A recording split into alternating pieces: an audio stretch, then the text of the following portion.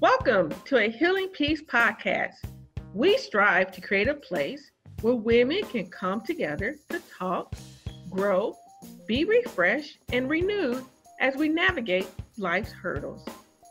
Inside this podcast series, we discuss shaping our identity, where we provide tools for conquering life's waves. Let's dive in.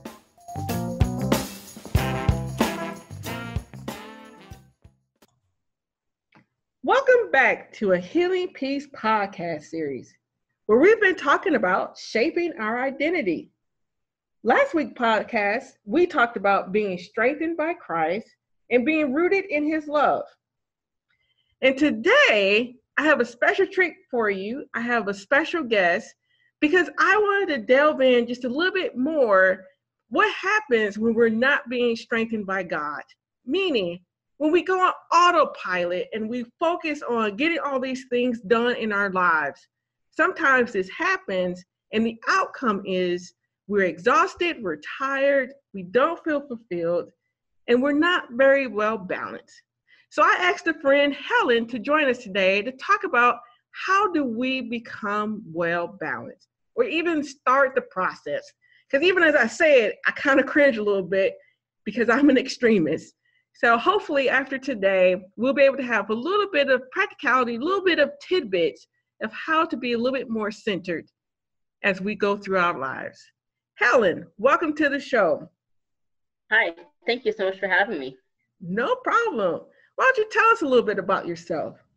Sure. I am a wife and a mother of two beautiful girls. I am a heartfelt wellness coach, and I'm just really passionate about helping women to find balance kind of in the midst of a fast-paced, hectic life. Okay. Heartfelt coach. How long have you been a heartfelt coach? I've been a heartfelt coach for about 1.5 years, and prior to that, a wellness coach for about 2.5 years. And I just want to just take a minute and explain the heartfelt piece of it.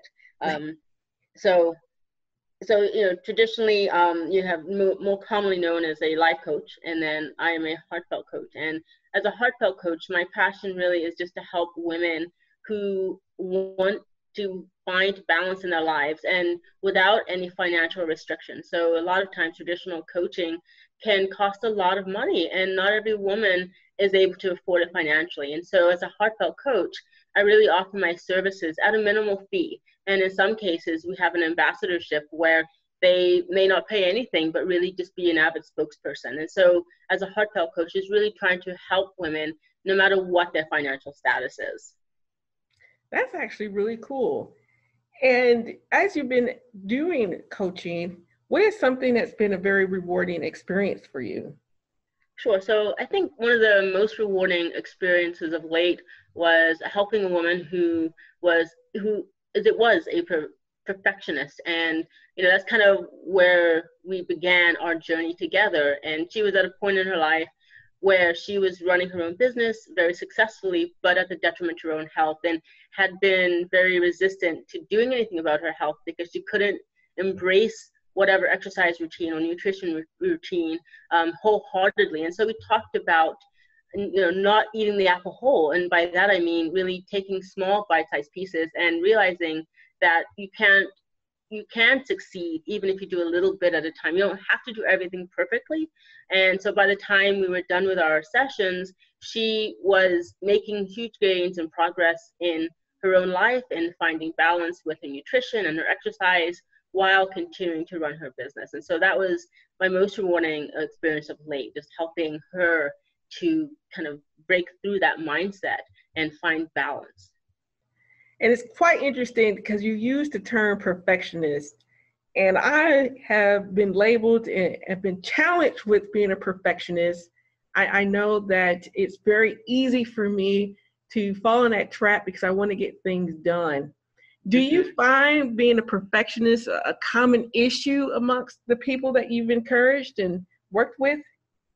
Yes, definitely. I think, I use this very generically, but I think a lot of women are perfectionists, and we have that mindset of all or nothing. And so definitely, but in that, having that mindset, it does hinder us from moving forward and making progress towards our health and wellness goals, and really seeking that balance and achieving that balance, because we can't always do things 100%. And sometimes we don't need to in order to find balance and be successful. I appreciate you sharing that. That actually helps me a lot. Now, has there been other issues that you've seen that's pretty a common thread amongst women as you've coached them? Oh, definitely. I think a lot of women also come to me just feeling very overwhelmed, discontent, just really frustrated at where they are in their lives, not having been able to achieve certain goals after trying multiple times but never succeeding. And so a lot of women have come just kind of at their wits' end and how to move forward. I totally understand that. And one of the things that we're going to talk about a little bit more, which I want to highlight is something that I do to my detriment, is when I think about being well balanced or I think about taking care of myself, I usually fall into two categories. One is I think, okay, I need to get this done because no one else is going to do it. So I push myself and I push myself under the assumption that I'm not going to get the help that I need. And then the other thought process I may have is when I finally do get that time where I could slow down and think about recuperation, my mindset goes to, okay, I'm being selfish, or, I'm not being a good Christian because I didn't help Susie today because I spent time to look and address my own needs. And so as we move forward in our interview, I want to talk about that. Like, how do we get out of that mindset of being well balanced means that I'm doing something wrong or it's not possible? How do we transition that thought process? Yeah, well, definitely. I think the first thing is just to really understand that when we, kind of do have that all or nothing mindset, or we feel guilty for taking a nap, it really leaves us feeling resentful. It feels us leaving overwhelmed because our needs are no longer being met. We're not taking the time to take care of ourselves. And so in order to really break that cycle, there are about 5 different steps that I really help my clients with. Is just to really sit down and think through where they are and what's going on. The first step is really to look at what they're feeling. What's going on below the surface. Are they feeling overwhelmed? Are they feeling frustrated? Are they feeling stressed out, feeling resentful? And then once they've identified what they're feeling, the second step is to really understand where it's coming from, and to really spend some time to figure out what in their life might be causing the feelings that they're experiencing. And I look at about 10 different areas that could be causing those feelings, whether it's the relationship with God, their lack of exercise, nutrition, maybe they're not eating healthy and nutritious food, their involvement in their community, relationships, their quality of sleep, quantity of sleep, their time in nature, their learning, job satisfaction, and self-care. And I really ask the women to sit down and to rate themselves in each of these different areas, and to look at which of these areas are they least satisfied in. And then once having identified which 3 areas they're least satisfied in, is to pick one of those areas. So that would be the 4th step, is to pick one of those areas and really come up with a plan to address it, and really develop some daily and weekly habits that will help to resolve the imbalance that may be occurring in that specific area, and to really get them back to a place of satisfaction, balance, and peace. Well, I appreciate your stepped approach, because I know sometimes I have to think of, okay, what can I do today to start, new habits and create more balance in my life? And one of the things that you talked about in your step approach, which I want to go back to, I think it was when you're talking about identifying your feelings. Mm-hmm. One of the things that I wanted to know is, how do we identify those feelings when we're being task oriented? Because usually I'm stuffing my feelings so I can get my task done. Sure. And I think the first, kind of the answer is in what you said, the fact that we're stuffing our feelings. And, for us to stuff our feelings, they have to pop up to begin with. And so even though we may be in the midst of a task or in the midst of an event or a family outing, feelings do come up. And so I think it's to identify that feeling that's there and not stuff it. Maybe we can't sit down and address it in the moment, but to be aware that it's there, and then be able to sit down and identify what that feeling is. Is it resentment? Is it overwhelm? Is it discouragement? And then to begin the process of figuring out where it's coming from. But we all do, we have that tendency to kind of put on a happy face in different situations, but at our core, we know that something is bothering us at a deeper level. And so it's seeing what pops up. And usually there's a consistent feeling that we're going to experience. And that's what we want to zero in on, and then begin the steps to figuring out what it is and then how to address it and resolve it.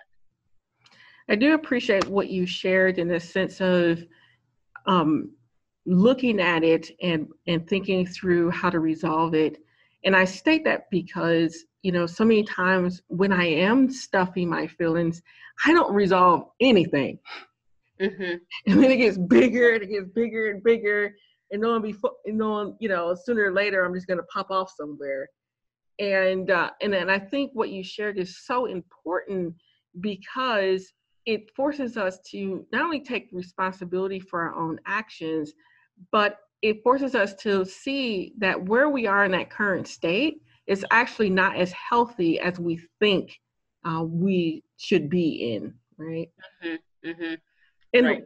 And one of the other things that you talked about in the sense of resentment, and when you said that a couple of times, one of the things that came in my mind as well is that usually I get resentful when I see other people doing better or well, mm-hmm. or when I feel as though that my needs are not being met.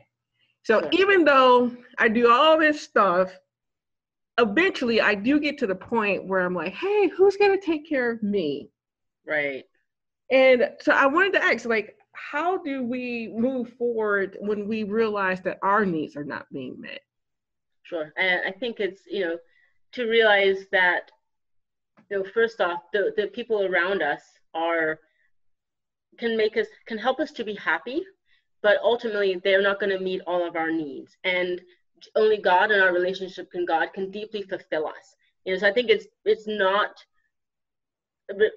imprinting any of those negative feelings on the people around us, and to really understand that they aren't intentionally doing anything that's making us feel the way that we feel, and to really not lash out in response to that, because like you said, if we see other people being happy or successful, we can start to feel things towards them, but to realize that they're living their life, and we need to see God and how God can help us to live our lives and not imprint any of those feelings negatively on them and lashing out towards them, and just really looking at our relationship with God to fulfill us and to help us to move beyond our feelings, and then I further identify what it is that's going on at a deeper level. So it's really taking a step back and connecting back to God and getting centered again relationally, but then also working down practically about and looking at our life and seeing what is going on in our life to help us to move forward.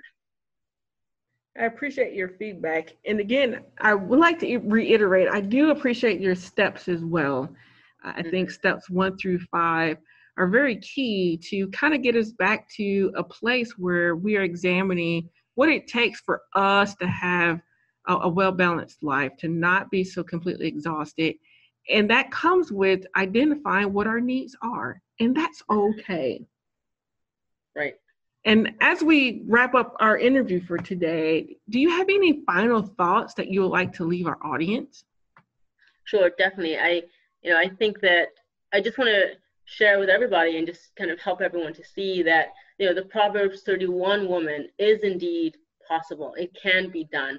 I think so many times we hold her up on a pedestal and think it's just not achievable, But I feel like when we apply the steps, 1 through 5, it can be done. That's not something that God is kind of dangling out there as something, as a wish and a dream, but as a reality, and that it is possible. But we really do need to take a step back, see where we are, and then move forward with that knowledge. And how can our audience find you? Sure. So I have a couple of different places. So I have a group on Facebook, Life Coaching for Christian Mothers, and really it's a group that's open and available for any woman. I look specifically to help mothers, but a lot of the content on the page is applicable to any mother.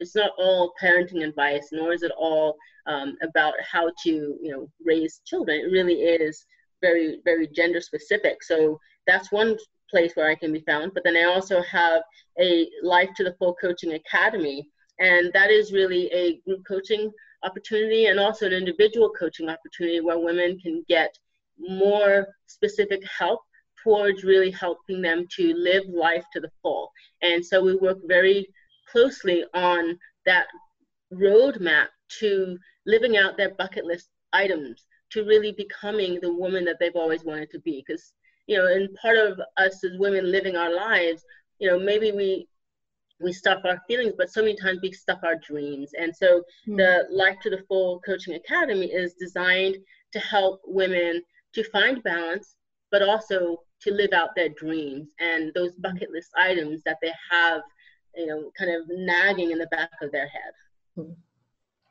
Well, as you state that, I'm like, man, I need to sign up so I can continue to live my dreams. Well, I would like to thank you for the time that you've been here with us today. And for our friends and sisters and mothers and everyone who has been listening to our podcast, please go to our website, ahealingpeace.com. We also have on there a working example of how to do steps 1 through 5.